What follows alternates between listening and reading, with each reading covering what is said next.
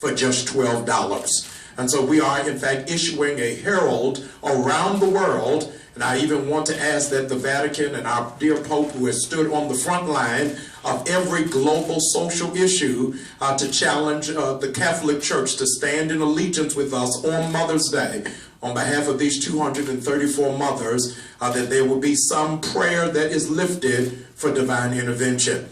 I want to also ask that there would be a great lifting of covering around our girls. What it is that this terrorist group did is just 2 months ago, Mrs. Secretary, they assaulted boys. About 30 boys were assaulted about a month ago by this terrorist group, and now they've moved to girls, which means our daughters are under attack. Right here in America, the fastest growing prison population is young women. While it is that prison has a male face, the undercurrent of the population is now female. And so we have to do something to protect our girls and to raise that standard. This gives us an incredible entree to discuss sex trafficking. Sex trafficking is now number 2 in the world only to drug trafficking. But it doesn't get much highlight, doesn't get much conversation. Can you imagine what would the world be saying now, and how much press would be in this room if 234 girls were abducted from Poland? What would this press conference look like if 234 girls were abducted from Russia, and God forbid 234 girls abducted from London? This room would be too small. It diminishes the value of what our Nigerian daughters look like. A little over a month ago, there was an airplane that left out of Malaysia. A little bit after midnight, we had no idea that that plane that took off would never land. As a consequence, within 48 hours, 23 nations released their intelligence agencies to lend assistance to find this plane. The difference of those who were on the plane and the 234 girls who were on the ground is just 5. Wow. On that Malaysian airplane was 239. Are we then suggesting to the world that those 5, the difference of 5, is that much more in value than the 234 girls who were on the ground? Every day since that plane has gone missing, America has spent $42,000 looking for that plane. $42,000, and not one dime other than Mr. Kerry leaving an empty promise has been dropped into Nigeria.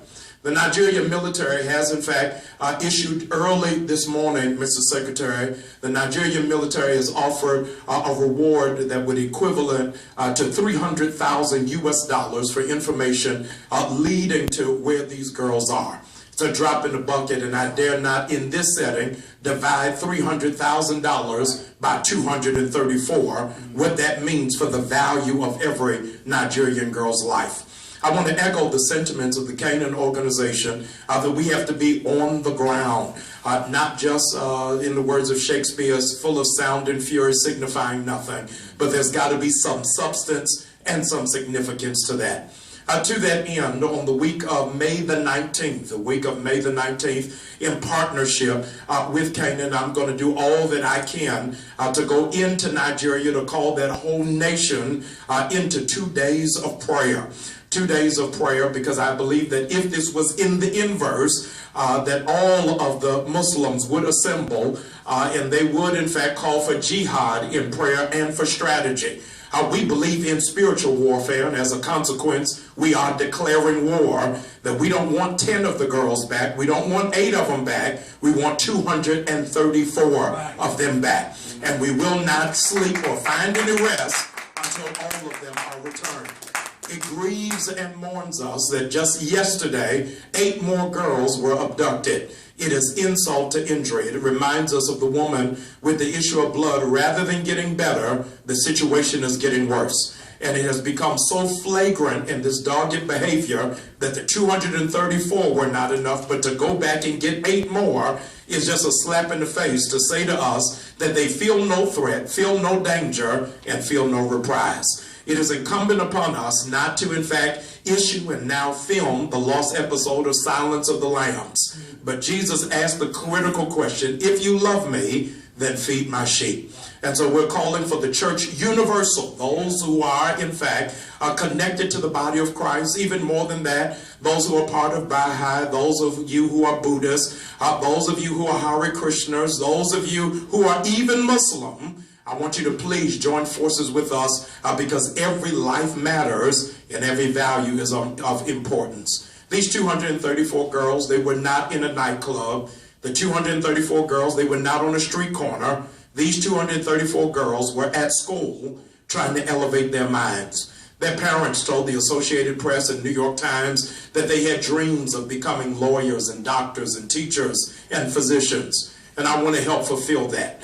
That I want to, in fact, extend what it is that Canan is doing. That not only do we want to see them come back, but we want to see them go to college, go to higher education, and fulfill what it is that God has given them to do.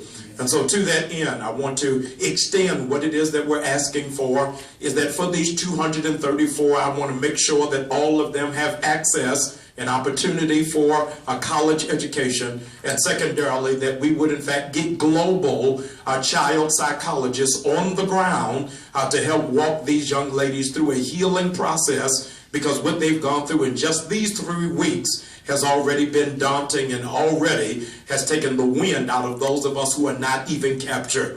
And so let me publicly appreciate those of you, thousands of you in social media who have followed the hashtag Bring Our Girls Back. It has in fact brought us to this point where the President and the Secretary of State have had to respond. I want to ask you to keep doing that, but more than that, we need you to pray, and we need every pastor, every reformation, every denomination to please issue a statement on behalf of your organization calling for global intervention. I don't want one nation, but 23 nations. ECOWAS needs to be a part of this. The Organization of African Unity needs to be a part of this. We have to, in fact, show the world that Africa can stand together. The reality is, just in December, Forbes magazine issued that Nigeria, for the very first time, is a greater business place than South Africa.